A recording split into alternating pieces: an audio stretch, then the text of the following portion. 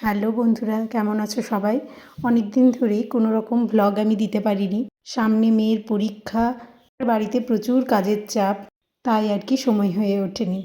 তো আজকে ভাবলাম যে একটা অন্নপ্রাশন বাড়ি আছে, তারই একটা ছোট্ট ভ্লগ কেননা তোমাদের সাথে শেয়ার করা যাক। আজ একটু সময় পেয়েছি তাই আর কি। আমাদের গ্রামেই অন্তরার ছেলের অন্নপ্রাশন ছিল। আমি, তৃষ্ণা, সোমা সবাই রেডি হয়ে একসাথে চলে গেছিলাম সেখানে। আর এই দেখো অন্তরার ছেলে শিবাঙ্গ। আমরা যখন যাই ওর খিদে পেয়ে গেছিলো বলে ও মায়ের কাছে খাচ্ছিল। কি মিষ্টি লাগছে সোনাটাকে। পুচু সোনাটাকে দেখা করার পর আমরা চলে গেছিলাম খাবার খেতে। আর খাবারে কি কি মেনু ছিল সবটা তোমাদের সাথে শেয়ার করব এই ভিডিওতেই। এখানে দাঁড়িয়ে দাঁড়িয়ে আমরা ওয়েট করছিলাম।